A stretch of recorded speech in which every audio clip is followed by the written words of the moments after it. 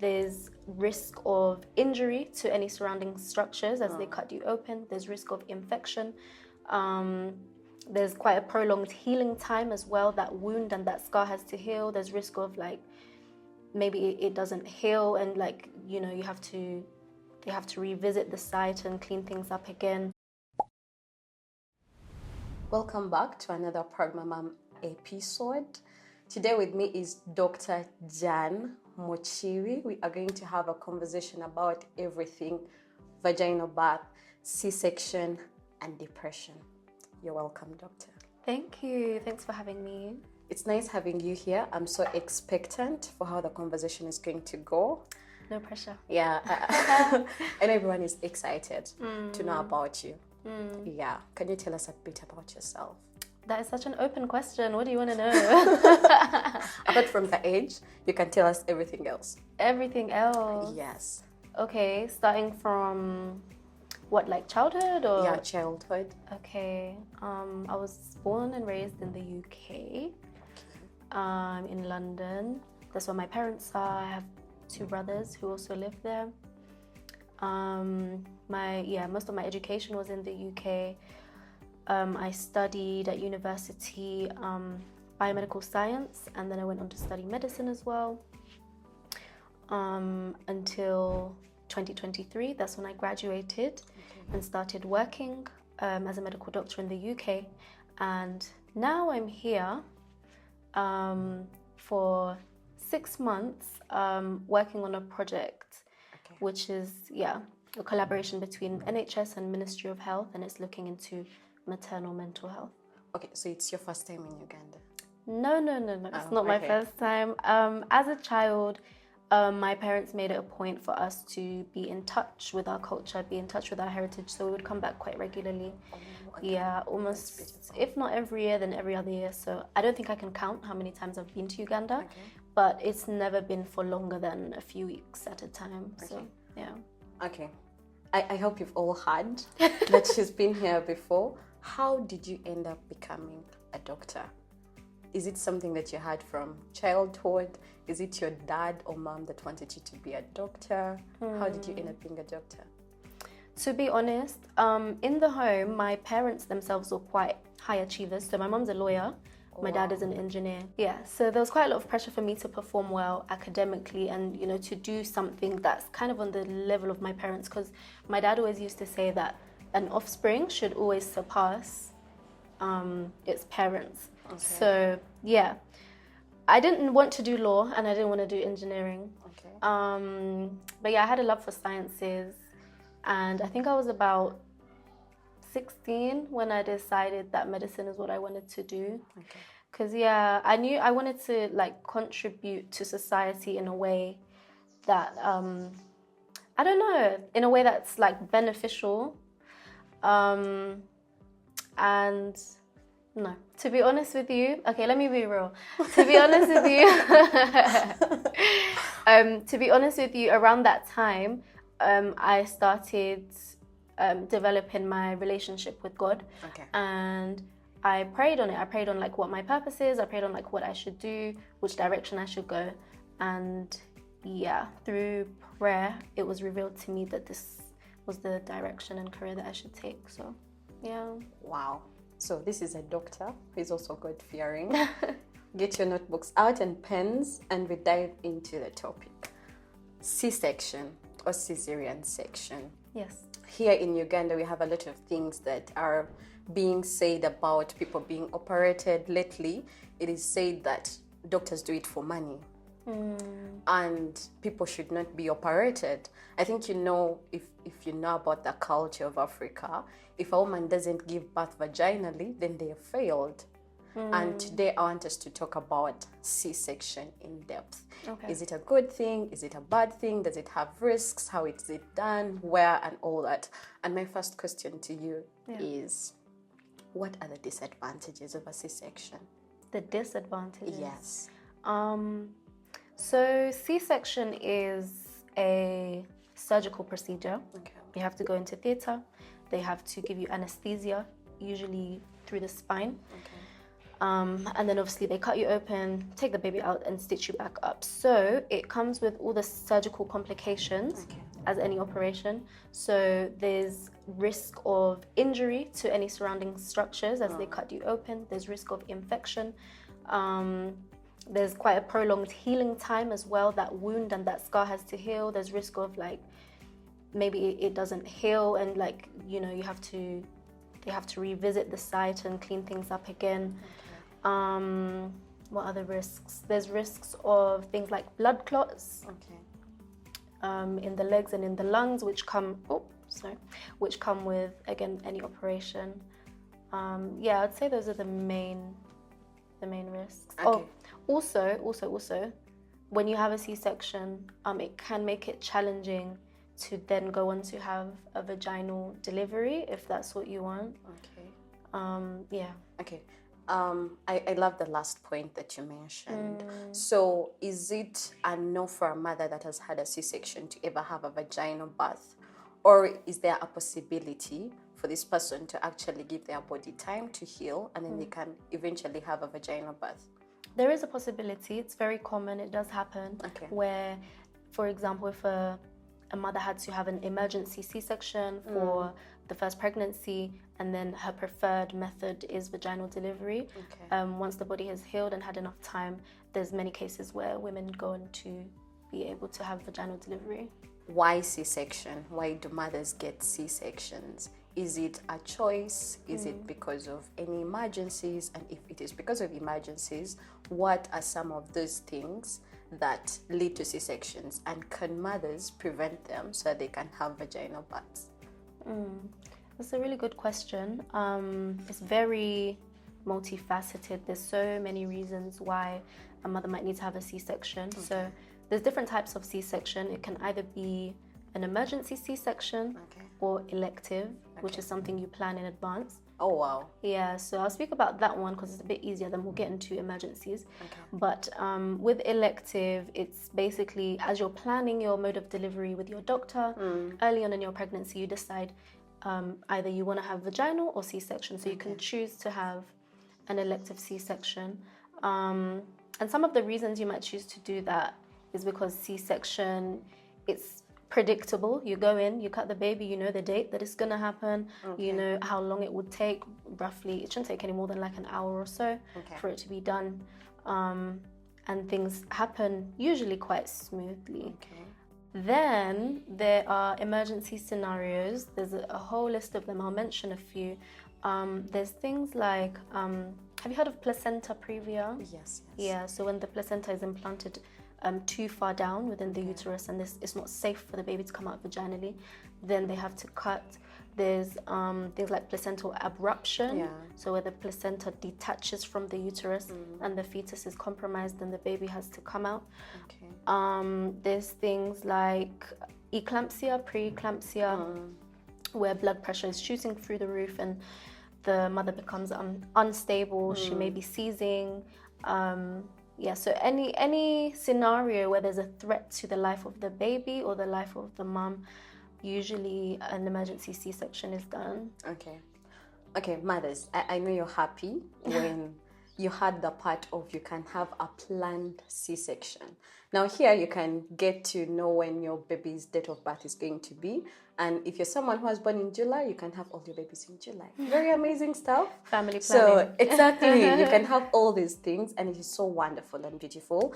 And we are so blessed that Dr. Jan is here to discuss all these particular things. So now we are going to talk about vaginal birth, which is, I think, the most preferred in Africa, Uganda in particular, because it is also cost effective. It is not so expensive and all that, but I'm certain it also has its own risks. And what are some of those risks? Vaginal birth is good. Like you said, it's the preferred mode. I think the good thing about it is that it's natural. The main risks that come with it is obviously that because it's natural, it's unpredictable. So you have to really let nature take its course. Everybody's body is built differently, so you can't tell whether there's going to be any complications as the baby comes out. The baby can get stuck. Yeah. The cord can wrap around the baby's neck. Yeah. These are very rare cases. I hope I'm not scaring anybody, but We should all give birth. What else? There's a risk of tears to the vagina.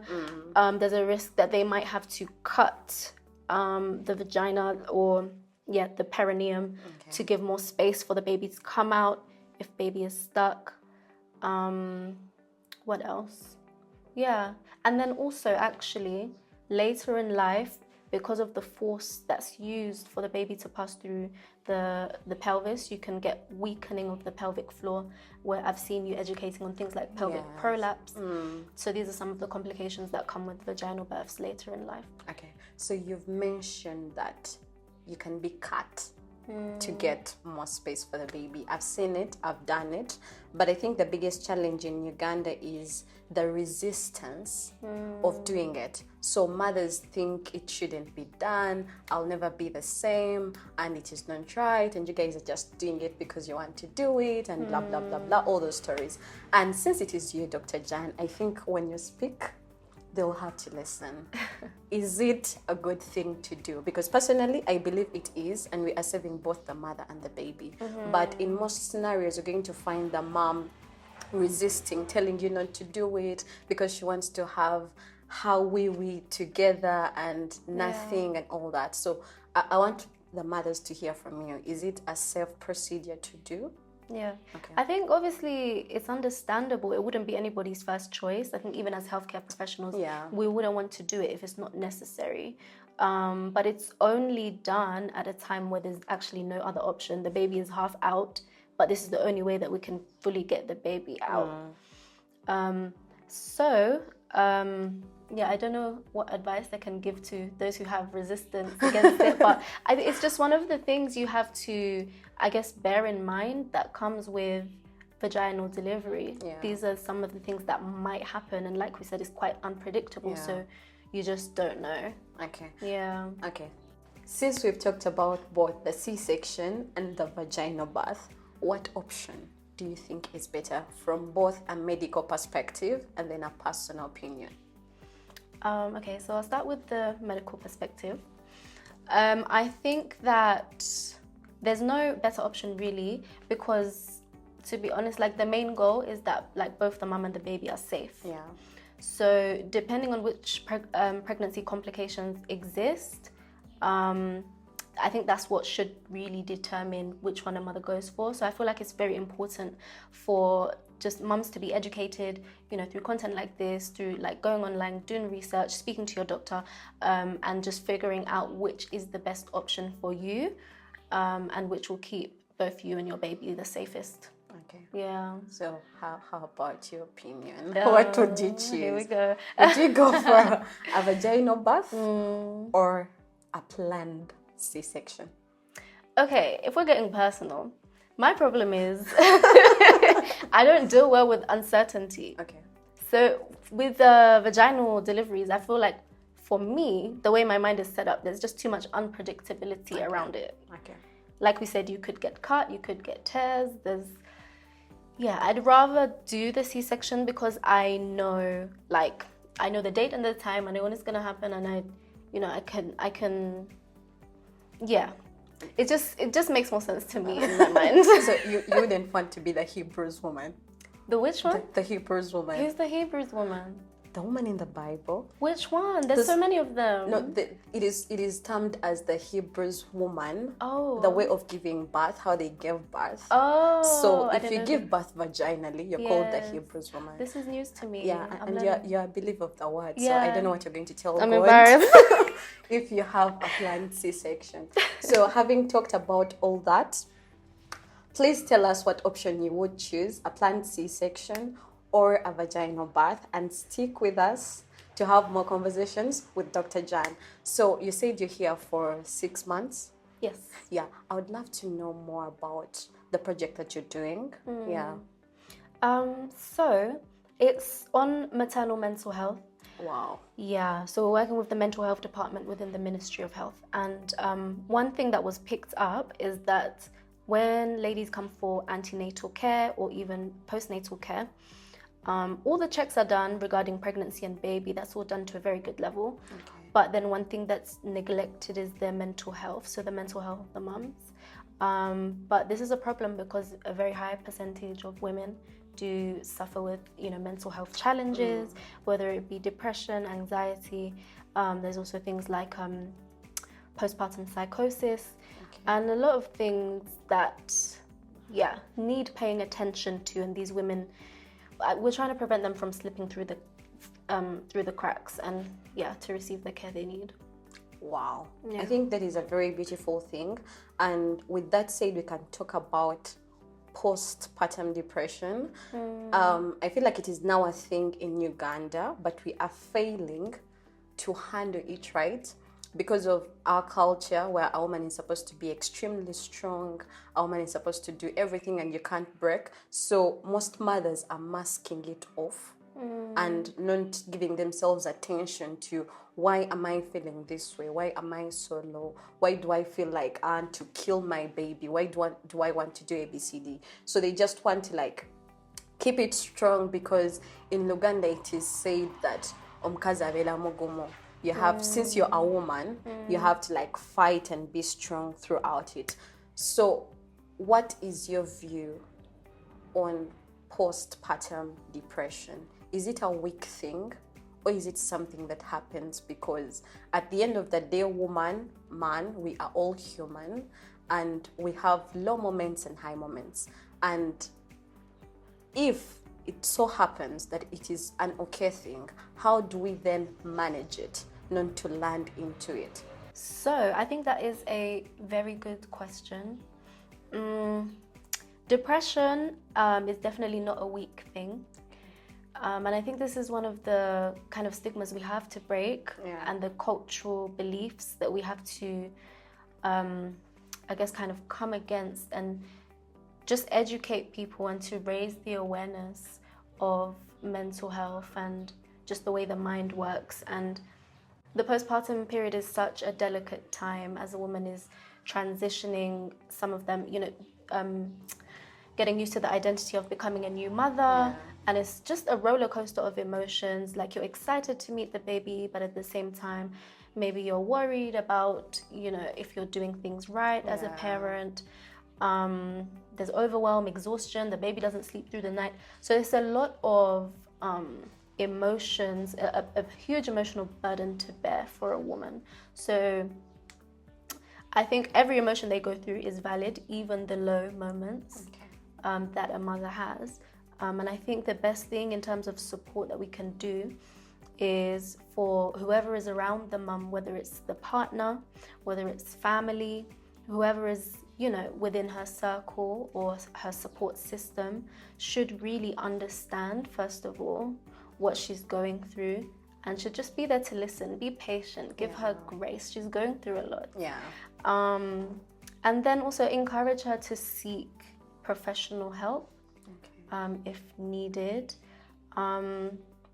There's ways that we can officially diagnose postnatal depression, and that's using something called the Edinburgh Postnatal Depression Scale. So this is essentially a questionnaire that a healthcare professional will use to determine how high your risk is, or also to diagnose postnatal depression.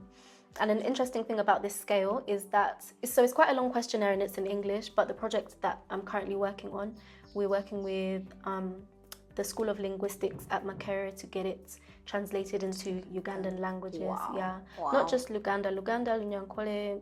I won't mention all the languages, but a range of Ugandan languages to increase accessibility and inclusivity for patients nationwide.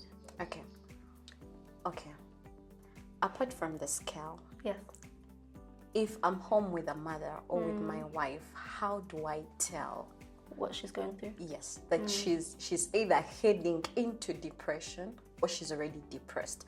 And there are certain signs that you can get, and you're like, okay, based on ABCD, my wife is not okay and she's getting depressed.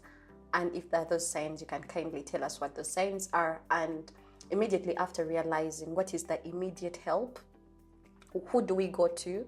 Because I don't think we have to go to a gynecologist. Where do we go first to help ourselves not to be depressed? So the signs that are important to look out for, what you might notice first, is she most likely won't be herself anymore. There'll be low mood. She may be a bit withdrawn. She may not find enjoyment in things that she used to like doing. There may be, she may be low in energy as well, doesn't have energy to do anything that she may usually do with ease. Lack of appetite, trouble sleeping. There's a lot of symptoms there, but those would be the main things to look out for. And we'd expect to see these symptoms consistently for 2 weeks or more before we classify it as depression. Okay. So don't see your wife not eating for a day and you're like, she's depressed. No, give her some time. Okay. So after seeing the signs, who do we run to? Because me as a husband, I'm going to realize that, okay, it's been 2 weeks, my wife is not okay. Who do I run to? Because also in Uganda, we've not had enough access to mental health support.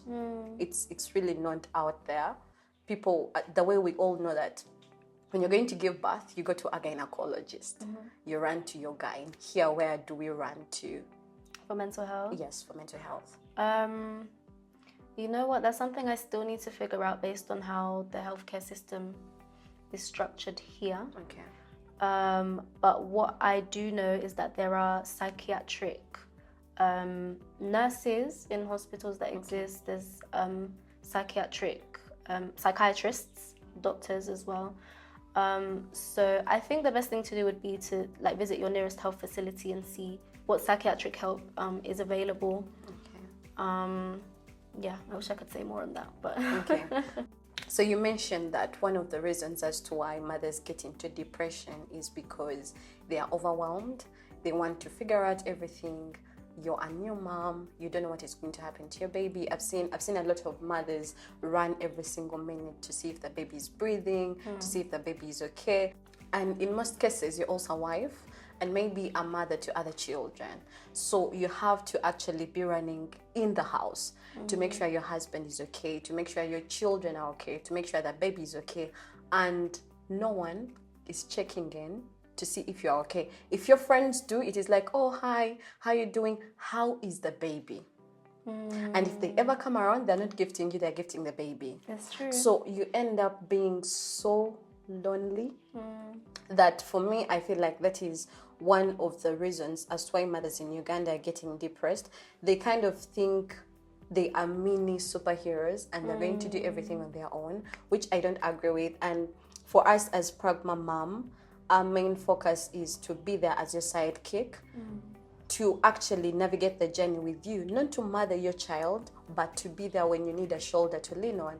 Because yes, your darling husband is there and they love you so much, but they won't have time to listen to the drama of, hey, today we use 20 diapers. They have to go and look for money.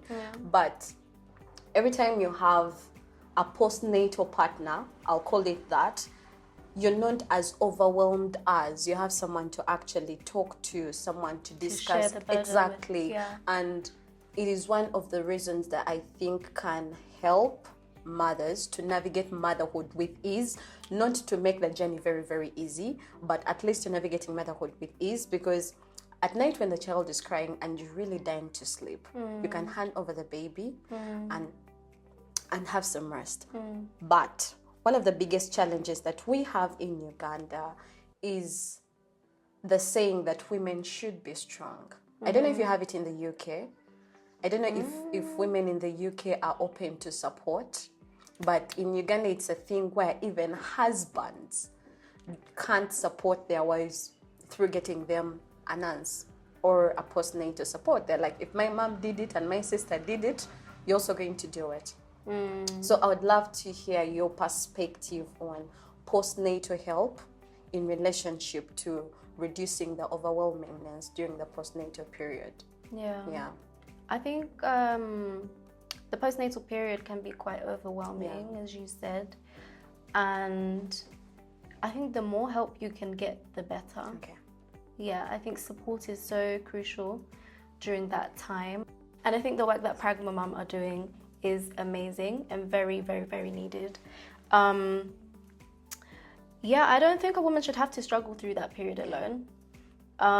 Personally, like in my family, what I've seen is that usually like the mother of the person that's given birth, so the grandma to the baby, will like come in the home for at least like a month or so, just to help and to like educate the mom on the things to do with the newborn baby. And I think it's things like that that make all the difference, you know. But yeah, Pragmamom, guys, if you didn't know, they offer healthcare professionals to come into your home to help you and to give you the necessary advice and support that you need during that crucial time. So make sure you check out their services, make sure you have a look at their website, and make sure that you, I think you should not suffer. I personally don't agree that motherhood is for suffering. You should not suffer. Run away from suffering as much as you can. If you need to save from the day you get pregnant to the day you give birth, please do. The way we are also excited to buy clothes and a cradle and all that, plan for help. It helps a lot, and mostly in this era where women have to work and also take care of their husbands and also take care of their little ones. There's a lot to do that you actually need a partner to navigate the journey. So please save money and get yourself help after giving birth. Lastly, one last question. There's a lot of culture in Uganda. There's a lot of things that are being done in a cultural way, and culture and medicine are never in the same sentence. We never agree on certain things. There's a lot of cultural practices that are done in Uganda. I'll mention one that I've seen recently. There's a mother who was trying to put, I think, mushroom soup in a baby's cord. I don't know for what. She explained it in a way that I didn't understand. Okay. But yeah, the baby got infections and all that. And this is where the challenge is. One, mothers are not educated.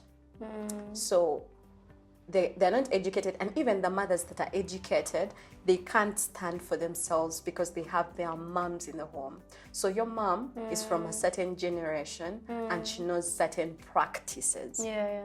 And you can't tell your mom not to bathe your baby a certain way. Recently, I've heard that a baby can go a whole first month without bathing, but your mom is going to be, they have to bathe 3 times a day, whether you want or not. So it is that crazy now that it is also a challenge that is affecting mothers to also end up into postpartum depression. So because you have this person at home, you don't agree with what they do, and they're just in your space all the time. And you know how, for lack of a better word, how our mothers mommy us around.